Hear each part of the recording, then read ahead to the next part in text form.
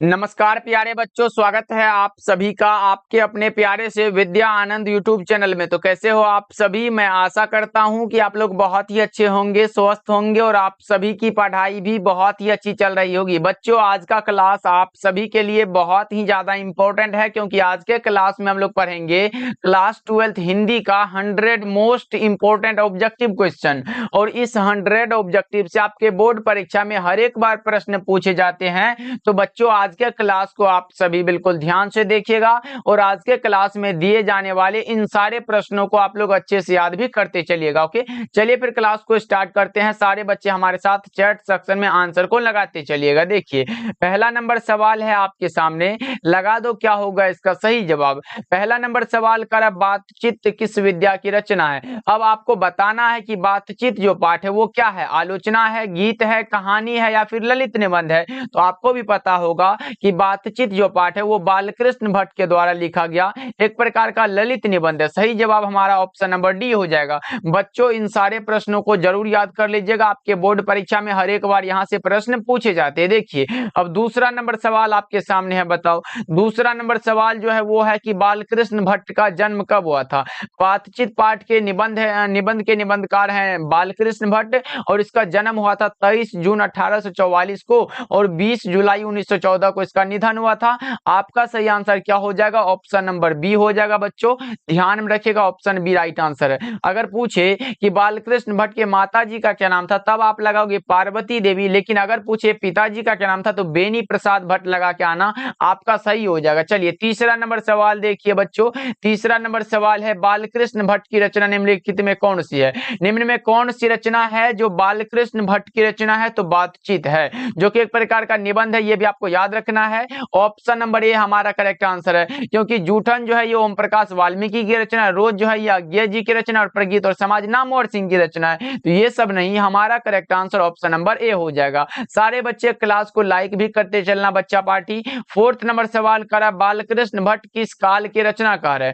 बालकृष्ण भट्ट जो है वो अगर काल पूछे तो आप आधुनिक काल लगाना, लेकिन अगर पूछे बालकृष्ण भट्ट किस युग के रचनाकार हैं तब आप भारतेंदु युग लगाना, आपका राइट हो जाएगा। ओके, चलिए पांचवा नंबर सवाल देखिए क्या कर रहा है। फिफ्थ नंबर सवाल है कि हिंदी कहानी के विकास में मील का पत्थर जो है वो कौन सी कहानी मानी जाती है। बताओ आप लोग, हिंदी कहानी के विकास में मील का पत्थर जो है वो कौन सी कहानी मानी जाती है। वो है उसने कहा था, जो कि चंद्रधर शर्मा गुलेरी जी के द्वारा लिखा गया है। इसीलिए correct answer option number A हमारा करेक्ट हो जाएगा। सिक्स नंबर सवाल देखिए, मात्र 100 ऑब्जेक्टिव है, इसको जरूर याद करके जाना आप लोग। देखिए, सिक्स नंबर सवाल कह रहा है उसने कहा था कहानी में किस युद्ध का उल्लेख है। तो उसमें है, आपको पता होगा, उसने कहा था कहानी में प्रथम विश्व युद्ध का उल्लेख है।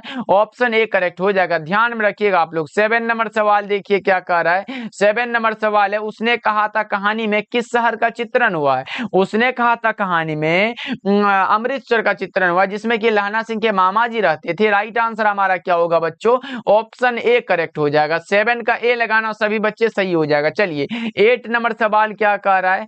8 नंबर सवाल जो है, सिख राइफल्स के जमादार लहना सिंह का नंबर बताना है बच्चा पार्टी, क्या लगाओगे इसका सही जवाब बता दो। सिख राइफल्स के जमादार लहना सिंह का नंबर था 77। क्या था बच्चों? 77 लगाना, करेक्ट आंसर ए हो जाएगा। 9 नंबर सवाल देखिए हमारे सामने है। 9 नंबर सवाल है, चंद्रधर शर्मा गुलेरी किस युग के कहानीकार है। पहले तो हमने बताया कि बालकृष्ण भट्ट भारतेंदु युग के हैं, लेकिन यहाँ पूछा गया चंद्रधर शर्मा गुलेरी किस युग के हैं, तो आप लगाना द्विवेदी युग के हैं। करेक्ट आंसर आपका क्या होगा? ऑप्शन ए हो जाएगा। ध्यान में रखना बच्चा पार्टी। 10 नंबर सवाल क्या कह रहा है हमारे सामने है, उसने कहा था किस प्रकार की कहानी है। उसने कहा था जो है एक प्रकार का कहानी है जिसके कहानीकार का नाम है चंद्रधर शर्मा गुलेरी और यह प्रकार का कर्म प्रधान कहानी है। राइट आंसर क्या होगा? ऑप्शन बी राइट हो जाएगा। 11 नंबर सवाल देखिए क्या कह रहा है। 11 नंबर सवाल है, जयप्रकाश नारायण की रचना का नाम क्या है। लोक नायक जयप्रकाश नारायण की रचना का नाम है संपूर्ण क्रांति, जो कि एक प्रकार का क्या है बच्चा पार्टी, तो एक प्रकार का भाषण है और जयप्रकाश नारायण के द्वारा लिखा गया है? सही जवाब बी हो जाएगा, क्योंकि शिक्षा जो है ये जे कृष्णमूर्ति के द्वारा लिखा गया, एक लेख और एक पत्र भगत सिंह के द्वारा लिखा गया, और जूठन जो है ये ओम प्रकाश वाल्मीकि के द्वारा लिखा गया। तो ये सब नहीं होगा बच्चों, ऑप्शन बी हमारा करेक्ट हो जाएगा। 12 नंबर सवाल देखिए क्या करा बच्चों, क्लास को लाइक करते चलना आप लोग। दल विहीन लोकतंत्र किसके मूल उद्देश्यों में है? तो वो है मार्क्सवाद तथा लेनिनवाद के मूल उद्देश्यों में। राइट आंसर बी हो जाएगा। 13 नंबर सवाल क्या कह रहा है बच्चा पार्टी? 13 नंबर सवाल है, जयप्रकाश नारायण को भारत की जनता किस नाम से याद करती है? तो जस्ट हमने बताया कि जयप्रकाश नारायण को लोकनायक के नाम से भी जाना जाता है। करेक्ट आंसर क्या होगा? ऑप्शन सी हमारा करेक्ट हो जाएगा। जयप्रकाश नारायण को भारत की जनता लोकनायक के नाम से याद करती है, ध्यान में रखिएगा आप लोग। 13 का सही जवाब सी हो जाएगा। 14 नंबर सवाल है, 1974 में छात्र आंदोलन का नेतृत्व किसने किया था? लोकनायक जयप्रकाश नारायण ने 5 जून 1974 को पटना के गांधी मैदान में छात्र आंदोलन का नेतृत्व किया था, इसीलिए करेक्ट आंसर हमारा बी हो जाएगा। लगाते चलना बच्चा पार्टी, आंसर को लगाते चलना, जिससे कि आपको पता चलेगा कि इन सारे प्रश्नों में आपको याद कितना था। चलिए 15 नंबर सवाल क्या कह रहा है? 15 नंबर सवाल है, दिनकर जी की पहली काव्य पुस्तक कौन सी है? रामधारी सिंह दिनकर की पहली काव्य पुस्तक का जो नाम है वो कौन सा है बताओ? तो प्रणभंग हो जाएगा। क्या होगा बच्चों? प्रणभंग हो जाएगा। और अगर पूछे युद्ध और शांति की समस्या पर लिखी गई काव्य कृति कौन सी है? तो आप कुरुक्षेत्र को लगाना सही हो जाएगा। ओके, वैसे हुंकार और रसवंती भी इन्हीं की रचना। अगला प्रश्न देखिए क्या कह रहा है। अगला प्रश्न कर रहा है, रामधारी सिंह दिनकर की कौन सी रचना है? तो बच्चा पार्टी उसने कहा था जो ये चंद्रधर शर्मा गुलेरी की रचना है, जूठन ओम प्रकाश वाल्मीकि की रचना है, तिरीच उदय प्रकाश की रचना है। तो बचा कौन सा? अर्धनारीश्वर, जो कि एक प्रकार का निबंध है और रामधारी सिंह दिनकर के द्वारा लिखा गया। राइट आंसर डी हो जाएगा। 17 नंबर सवाल देखते हैं क्या कर रहा है। अर्धनारीश्वर कल्पित रूप है किसका? अर्धनारीश्वर शंकर और पार्वती का कल्पित रूप है बच्चों। क्या है? कल्पित रूप है, ये भी याद रखना है। चलिए आगे बढ़ते हैं। 18 नंबर सवाल देखिए क्या कह रहा है। 18 नंबर सवाल है, प्रेमचंद थे, प्रेमचंद जी क्या थे? प्रेमचंद जी कथाकार थे। क्या थे बच्चों? प्रेमचंद जी कथाकार थे। राइट आंसर बी हो जाएगा। चलिए लगाते चलना बच्चा पार्टी आंसर को। 19 नंबर सवाल देखते हैं क्या कर रहा है। दिनकर जी का जन्म जो है बिहार के किस जिले में हुआ था? रामधारी सिंह दिनकर का बिहार के जो है जन्म कौन सा हुआ था? तो समस्तीपुर, सिमरिया, बेगूसराय बिहार में हुआ था। सिमरिया गांव का नाम है, बेगूसराय जिला है और बिहार में पड़ता है। करेक्ट आंसर ए हो जाएगा। ओके, चलिए अगला प्रश्न देखिए क्या कह रहा है।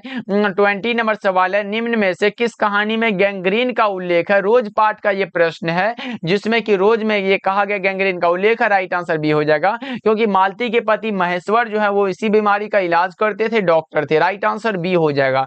अगला प्रश्न देखिए 21 नंबर सवाल क्या कह रहा है। मालती के पति का क्या नाम था? अभी तो हमने बताया महेश्वर नाम था। अगर पूछे मालती का पति क्या है बच्चा पार्टी, तो आप लगा देना सिर्फ और सिर्फ डॉक्टर थे। इसको याद रखना बच्चों, बहुत इंपॉर्टेंट। अगर पूछे मालती के पति महेश्वर जो थे वो पेशे से क्या थे? तो डॉक्टर थे। बिल्कुल सही हो जाएगा। 22 नंबर सवाल देखिए बच्चों। 22 नंबर सवाल है, लेखक कितने वर्षों बाद जो है मालती से मिलने आया था बताओ? तो 4 वर्ष के बाद। कितने वर्षों बाद बच्चा पार्टी? 4 वर्ष के बाद।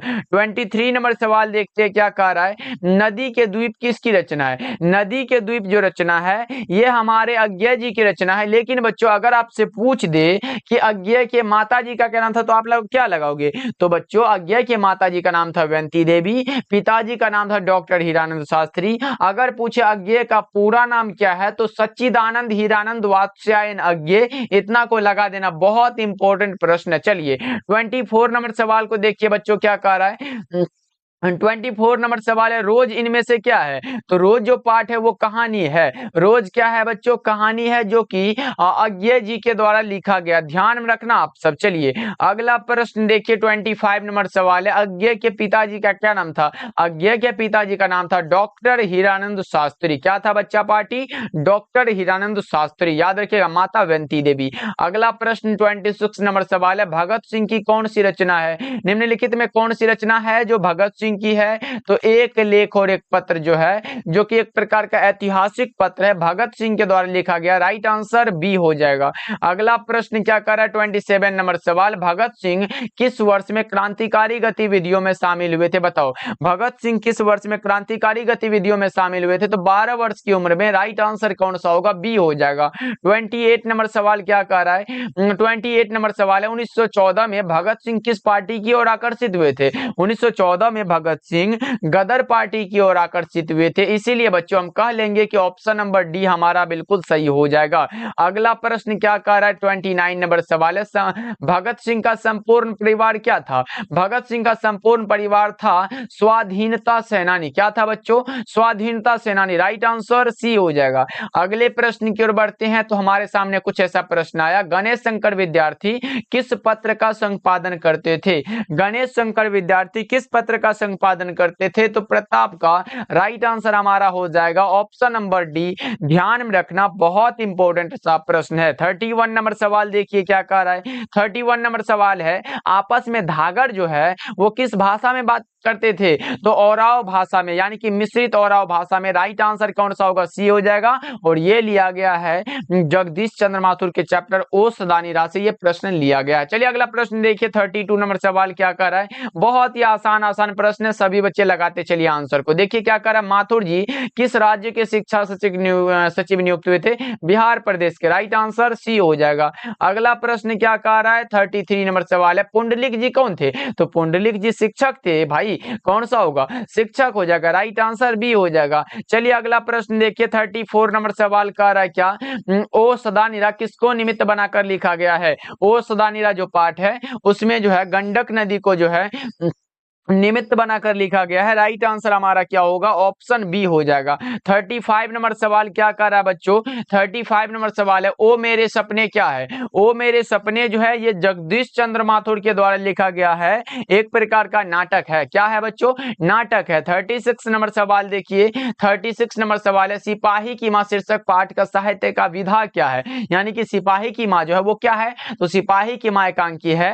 एकांकीकार का नाम है मोहन राकेश, ये भी आपको याद रखना है। ओके, चलिए बच्चों क्लास को लाइक करते चलना। अगला प्रश्न देखिए क्या कह रहा है, 37 नंबर सवाल है, जानवर और जानवर शीर्षक रचना किसकी है? जानवर और जानवर जो रचना है ये भी मोहन राकेश के द्वारा लिखा गया है। बच्चों जितना भी ये इंपॉर्टेंट रचना है इसको याद करना बहुत जरूरी होता है। वैसे आप लोग घबराओ नहीं, हम जितना भी हिंदी का इंपॉर्टेंट रचना है ना उसी से आपके बोर्ड एग्जाम में आ जाएगा, उसका एक पर्सनल क्लास लेके आएंगे। जितना इंपॉर्टेंट वो कृति है, रचना है, सबको हम एक में कर देंगे और आपको तो भाई मजा आ जाएगा। इसलिए उस क्लास को देख लीजिएगा, बहुत ही जल्द हम वो भी आपको अपलोड कर देंगे। चलिए 38 नंबर सवाल को देखिए क्या कह रहा है। 38 नंबर सवाल आपके सामने है, बताओ मोहन राकेश के बचपन का नाम क्या था? मोहन राकेश के बचपन का नाम था मदन मोहन गुगलानी। कौन सा? मदन मोहन गुगलानी। राइट आंसर ये हो जाएगा। 39 नंबर सवाल देखिए बच्चा पार्टी, 39 नंबर सवाल है, रंगून कहाँ है? रंगून जो है वो कहाँ है? तो रंगून है वर्मा में। कहाँ है बच्चों? वर्मा में है। राइट आंसर बी हो जाएगा। अगला प्रश्न देखिए क्या कह रहा है, 40 नंबर सवाल है, ईसाई लड़कियां बिस्नी के घर आकर जो है वो क्या मांगती है? ईसाई लड़कियां बिस्नी के घर आकर मांगती है क्या? दाल चावल। हाँ बिल्कुल सही answer, option B right answer है। चलिए अगला प्रश्न 41 नंबर सवाल कह रहा है क्या, निम्नलिखित में बिस्नी की पड़ोसन कौन है? पड़ोसन का नाम था वही कुंती। कौन सा? सी में दिया गया है तो ऑप्शन नंबर सी को लगा लो, बिल्कुल सही हो जाएगा। बिस्नी की पड़ोसन कौन है? कुंती। अगर पूछे कुंती कौन है वो पड़ोसिन है, बिल्कुल सही हो जाएगा। 42 नंबर सवाल देखिए क्या कह रहा है, 42 नंबर सवाल है, नामवर सिंह की कौन सी रचना है? देखो अर्धनारीश्वर रामधारी सिंह दिनकर की रचना तो ये सब नहीं होगा, ओ सदानीरा जगदीश चंद्र माथुर की रचना तो ये भी नहीं होगा, पर गीत और समाज जो है ये नामवर सिंह की रचना है, इसीलिए हमारा करेक्ट आंसर सी हो जाएगा। और ये त्रिश जो है ये उदय प्रकाश के द्वारा लिखा गया, ये भी हमारा नहीं होगा, करेक्ट आंसर सी हो जाएगा। अगला प्रश्न देखिए 43 नंबर सवाल है, नामवर सिंह को कविता के नए प्रतिमान पर साहित्य अकादमी का पुरस्कार कब दिया गया था? बताओ, नामवर सिंह को कविता के नए प्रतिमान रचना के लिए साहित्य अकादमी का पुरस्कार मिला था 1971 ईस्वी में। कब? 1971 में। राइट आंसर बी हो जाएगा। अगला प्रश्न क्या कह रहा है बच्चों, 44 नंबर सवाल है, वाद विवाद संवाद के रचनाकार निम्न में से कौन है? निम्नलिखित में कौन से रचनाकार हैं जो वाद विवाद संवाद के रचनाकार हैं? तो वे रचनाकार का नाम है नामवर सिंह। कौन सा बच्चों? Namvar Singh. Right answer A हो जाएगा। 45 नंबर सवाल है, प्रगीत और समाज के लेखक कौन है? ये भी नामवर सिंह को लगाओ भाई, बिल्कुल सही आंसर। ये जितना भी प्रश्न है ना भाई, बहुत इंपॉर्टेंट है, मतलब बहुत इंपॉर्टेंट है, याद कर लो। ओके, विश्वास मान के याद करो, एक भी प्रश्न नहीं छूटेगा। 46 नंबर सवाल है, सदियों का संताप जो है शीर्षक कृति किसकी है? सदियों का संताप जो रचना है ये किसके द्वारा लिखा गया है? तो सभी बच्चे को पता है कि ये ओम प्रकाश वाल्मीकि के द्वारा लिखा गया है। ऑप्शन ए को लगाना। चलिए 47 नंबर सवाल क्या कह रहा है? 47 नंबर सवाल है, निम्न में दलित आत्मकथा शीर्षक पाठ कौन है? दलित आत्मकथा वही वाला जूठन जो पाठ पढ़ते आ रहे हैं, जो कि ओम प्रकाश वाल्मीकि के द्वारा लिखा गया है। बिल्कुल यही हमारा दलित आत्मकथा है, याद रखना आप सब, बहुत इंपॉर्टेंट है। और पढ़ने में ये जो चैप्टर है जूठन, ये बहुत मजा आता है पढ़ने में, इसको एक बार पढ़ लीजिएगा। वैसे ऑब्जेक्टिव पढ़ने से ऑब्जेक्टिव हमारा क्लियर होते चलेगा। 48 नंबर सवाल कह रहा है, ओम प्रकाश वाल्मीकि की कौन सी रचना है? निम्न में कौन सी रचना है जो ओम प्रकाश वाल्मीकि की रचना है? तो आप लगाओगे सर जूठन तो रचना है ओम प्रकाश वाल्मीकि की, क्योंकि उसने कहा था ये गुलेरी जी की रचना है। प्रगीत और समाज नामवर सिंह की, और रोज जो है ये अज्ञा जी की रचना, ये नहीं होगा हमारा। 49 नंबर सवाल कर रहा है, स्कूल के हेडमास्टर का क्या नाम था? स्कूल के हेडमास्टर का नाम था कलीराम। क्या था बच्चा पार्टी? कलीराम था। चलिए 50 नंबर सवाल, यानी कि आधा प्रश्न हो चुका है हम लोगों का, बस आधा यानी कि 50 और बचा हुआ है। दलित साहित्य का सौंदर्य शास्त्र के लेखक कौन है? वो हैं ओम प्रकाश वाल्मीकि। लेकिन बच्चों यहाँ एक बार फंसाने वाला ये प्रश्न एक और आता है कि नए साहित्य का सौंदर्य शास्त्र किनकी रचना है? तो वो है गजानन माधव मुक्तिबोध की। लेकिन यहाँ दलित वाला जहां भी बात हो ना, तो ओम प्रकाश वाल्मीकि को आंख बंद करके लगा देना, बिल्कुल सही हो जाएगा। 51 नंबर सवाल की ओर बढ़ते हैं। तो हमारे सामने कुछ इस प्रकार का प्रश्न आया कि सुरक्षा कहाँ हो सकती है? देखो भाई, घर के भीतर कभी सुरक्षा नहीं हो सकती है, अंधेरे में भी नहीं हो सकती है, और पलायन यानी कि भागने में भी नहीं। तो होगी कैसे? चुनौतियों को झेलने में, एकदम मुसीबतों का सामना करना है। जैसे हमारे सर पे ये 12th बोर्ड एग्जाम है, इसको भाई कैसे भी करके फोड़ना है, हमें विजयी होना है, अच्छे मार्क्स लाने हैं। करेक्ट आंसर कौन सा होगा? डी हो जाएगा।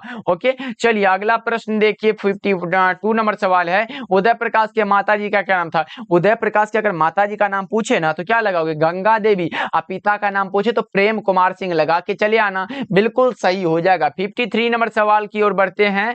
53 नंबर सवाल है, तिरीच किस प्रकार की रचना है? तिरीच आधुनिक त्रासदी कहानी है। क्या है बच्चों?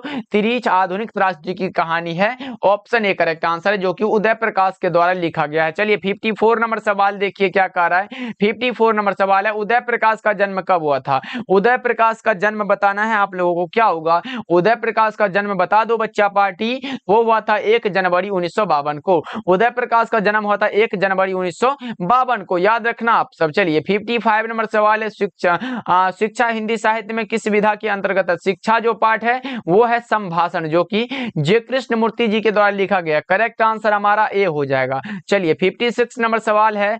56 नंबर सवाल है, मां की मृत्यु के समय जे कृष्ण मूर्ति जो थे वो कितने वर्ष के थे? यानी कि जे कृष्ण मूर्ति के जब माता जी की मृत्यु हुई थी तो वो जे कृष्ण मूर्ति जो है उस समय में कितने वर्ष के थे, ये पूछा गया आप लोगों से। तो वो थे 10 वर्ष के। कितने वर्ष के बच्चों? 10 वर्ष के थे। करेक्ट आंसर ए हो जाएगा। चलिए 57 नंबर सवाल की ओर बढ़ते हैं। 57 नंबर सवाल है, जे कृष्ण मूर्ति की इनमें कौन सी रचना है? तो वही वाला बात आ गया ना, वो शिक्षा जो चैप्टर है वो शिक्षा शास्त्र है, जो कि जे कृष्ण मूर्ति के द्वारा लिखा गया है। ओके, याद रखना इतना चीज को। चलिए 58 नंबर सवाल देखिए बच्चों। 58 नंबर सवाल है, जायसी के काव्य का मुख्य रस कौन सा है? जायसी जी के काव्य का जो मुख्य रस है वो कौन सा रस है, बताएंगे क्या आप लोग? 58 का राइट आंसर तो वो है श्रृंगार रस। कौन सा? और जायसी जी को प्रेम के पीर के कवि भी माना जाता है, ये भी आपको याद रखना है। ये भी प्रश्न आया हुआ है आपके बोर्ड एग्जाम में। 59 नंबर सवाल है हमारे सामने, बताओ जायसी जी क्या थे? जायसी जी फकीर थे। इसका जीवन जो है साधुओं फकीरों के साथ में भटकते हुए बीत गया, इसीलिए सही जवाब हमारा सी हो जाएगा। चलिए 60 नंबर सवाल को देखते हैं। 60 नंबर सवाल कर रहा है, करबक कहां से लिया गया है? करबक जो पाठ है वो कहां से लिया गया है, बताएंगे क्या आप लोग? करबक जो पाठ है वो कहां से लिया गया बच्चों? वो लिया गया है पद्मावत से, क्योंकि ये पद्मावत जो रचना है ये मलिक मोहम्मद जायसी की रचना है। लेकिन बच्चों अगर आपके सामने हो कि पद्मावती किन की रचना, पद्मावती, पद्मावती जैसे ही आए तो बालकृष्ण भट्ट को लगा देना, बालकृष्ण भट्ट को याद करना, आपके सामने आ जाएगा। चलिए 61 नंबर सवाल क्या कर आपके सामने है, बताओ हिंदी साहित्य का सूर्य किसे कहा जाता है? हिंदी साहित्य का सूर्य पूछे सूरदास को कहा जाता है, प्रेम के पीर के कवि पूछे मलिक मोहम्मद जैसी को कहा जाता है, अगर पूछे कवियों के कवि किसे कहा जाता है तो शमशेर बहादुर सिंह को कहा जाता है, और अगर पूछे हिंदी साहित्य का समन्वयवादी कवि किसे कहा जाता है तब आप तुलसीदास लगा देना। और बच्चों जितना मैं बोल रहा हूं ये हमारे ध्यान पे बिल्कुल ध्यान दे के रखो, तभी भाई आपके दिमाग में जितना मैं बोल रहा हूं वो सेट होते चलेगा और एक भी प्रश्न एग्जाम में नहीं छूटेगा। चलिए 62 नंबर सवाल कह रहा है क्या, 62 नंबर सवाल है कौन सी रचना तुलसीदास की है? तुलसीदास की रचना बताओ आप लोग। तुलसीदास की रचना का नाम है विनय पत्रिका, रामचरितमानस है, कवितावली है, ये सब तुलसीदास की ही तो रचना है, क्योंकि ये सूरसागर सूरदास की रचना है, भक्तमाल नाभादास की रचना और पद्मावत जायसी जी की रचना, ये सब नहीं होगा बच्चों। अगला प्रश्न क्या कह रहा है, 63 नंबर सवाल है तुलसीदास को किस चीज की भूख है? तुलसीदास को किस चीज की भूख है भाई? तो भक्ति की। तुलसीदास को भक्ति की भूख है। राइट आंसर क्या लगाओगे? ऑप्शन बी लगाना, बिल्कुल सही हो जाएगा। 64 नंबर सवाल कह रहा है क्या, देखिए 64 नंबर सवाल है तुलसीदास का मूल नाम क्या था? तुलसीदास जो बचपन में जब इसका जन्म हुआ था, ये जन्म लेते ही राम का नाम बोले थे, इसलिए इसका नाम क्या पड़ा? राम बोला पड़ गया था। राइट आंसर बी हो जाएगा, 64 का राइट आंसर बी हो जाएगा। ओके चलिए अगला प्रश्न क्या कह रहा है, 65 नंबर सवाल है परिभाषा शब्द में कौन सा उपसर्ग है? देखो उपसर्ग हमारा पहले लगता है, यानी कि हम लिखे यहाँ पे कौन सा परि और कौन सा भाषा। ये देखो ये परि जो शब्द है ये हमारा उपसर्ग हो जाएगा और भाषा हमारा एक शब्द है, इसीलिए ये परि जो है ये उपसर्ग हो जाएगा। 66 नंबर सवाल को देखिए क्या कह रहा है, कामचोर शब्द कौन समास है? कामचोर यानी कि काम से चोर, कामचोर होता है, ये हमारा तत्पुरुष समास, जिसमें कारक चिन्ह लगा दिखे वो हमारा तत्पुरुष समास होने से कोई रोक नहीं पाता है। सही जवाब ये हो जाएगा। 67 नंबर सवाल क्या कह रहा है, देखिए 67 नंबर सवाल है जयशंकर प्रसाद का महाकाव्य कौन सा है? जयशंकर प्रसाद का महाकाव्य का नाम है कामायनी, और अगर पूछे तुलसीदास का महाकाव्य कौन सा है तो वो है रामचरितमानस, ये भी आपको याद रखना है। ओके चलो अगला प्रश्न 68 नंबर सवाल है जयशंकर प्रसाद का निधन कब हुआ था? जयशंकर प्रसाद का निधन बताओगे क्या आप लोग? जयशंकर प्रसाद का निधन हुआ था 1937 में, करेक्ट आंसर ए हो जाएगा। अगला प्रश्न कह रहा है कि निम्नलिखित में कौन कवि छायावादी है? छायावादी कवि कौन है बताओ? निम्नलिखित में कौन से कवि हैं जो छायावादी हैं? तो जयशंकर प्रसाद जी हैं, राइट आंसर बी हो जाएगा। 70 नंबर सवाल क्या कह रहा है, 70 नंबर सवाल है कि भूषण की कविता में कौन सा रस पाया जाता है? भूषण जी वीर रस के महान कवि है, भूषण जी वीर रस के कवि माने जाते हैं। सही जवाब क्या होगा? ऑप्शन नंबर सी हो जाएगा। क्या लगाओगे बच्चों?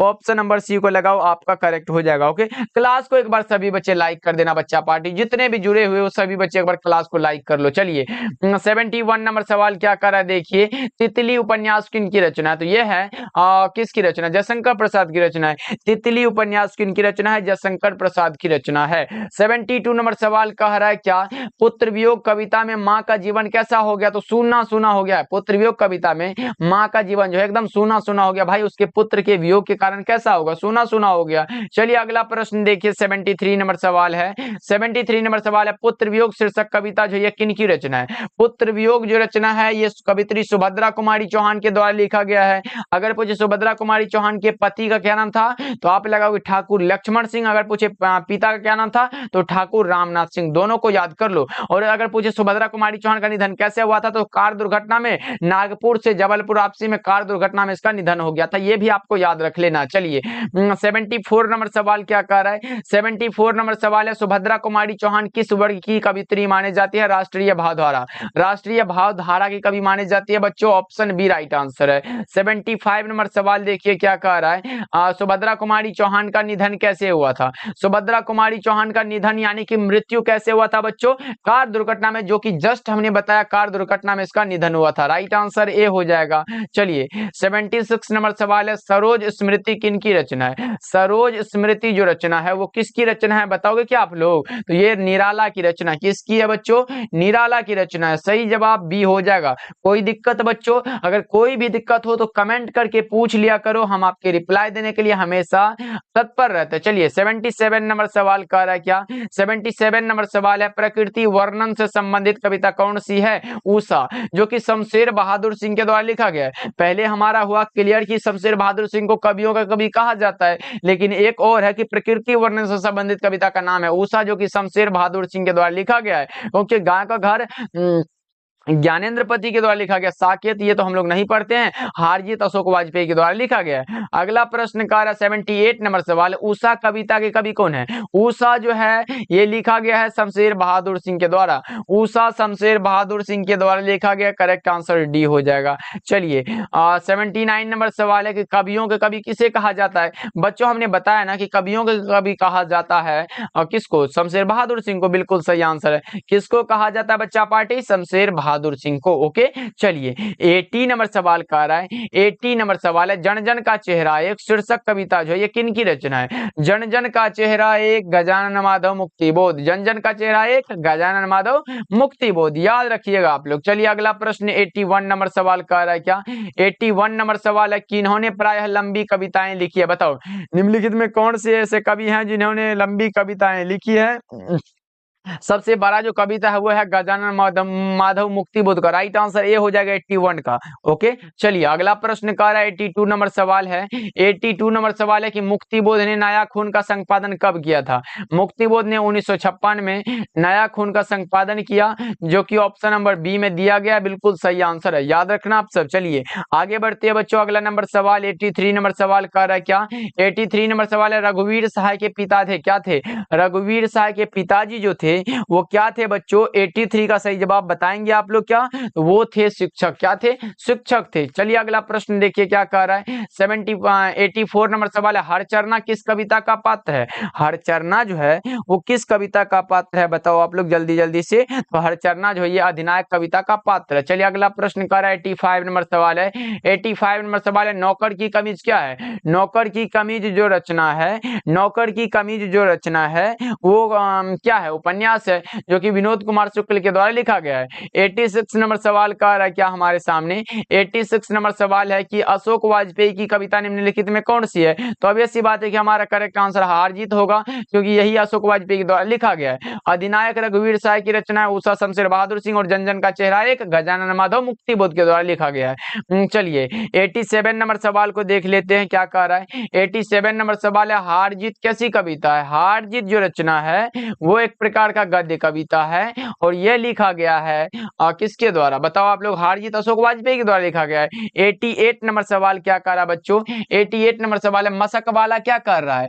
मशक वाला सड़क की सिंचाई कर रहा है। क्या करेगा? ऑप्शन ए करेक्ट हो जाएगा 88 का। क्या होगा बच्चों? ऑप्शन ए करेक्ट हो जाएगा। चलिए 89 नंबर सवाल कर रहा है। 89 नंबर सवाल हमारे सामने है, ज्ञानेंद्र पति के पिता का क्या नाम था? ज्ञानेंद्र पति का अगर पिता का नाम पूछे तो आप लोग लगाओ, क्या लगाओगे इसका सही जवाब? देवेंद्र प्रसाद चौबे, नरेंद्र प्रसाद चौबे, हरेंद्र प्रसाद चौबे, या फिर इनमें से कोई नहीं। 89 का सही जवाब बताओ बच्चा पार्टी। वो हमारा हो जाएगा देवेंद्र प्रसाद चौबे। राइट आंसर ए हो जाएगा। 90 नंबर सवाल क्या कह रहा है? 90 नंबर सवाल हमारे सामने है, बताओ ज्ञानेंद्र पति किस काल के कवि हैं? ज्ञानेंद्र पति किस काल के कवि माने जाते हैं? तो वे हैं आधुनिक काल के, क्योंकि बच्चों हमने बताया है कि शुरू के 4 कवि भक्ति काल में आते हैं, यानी कि दास वाले जितने भी है वो भक्ति काल में आते हैं।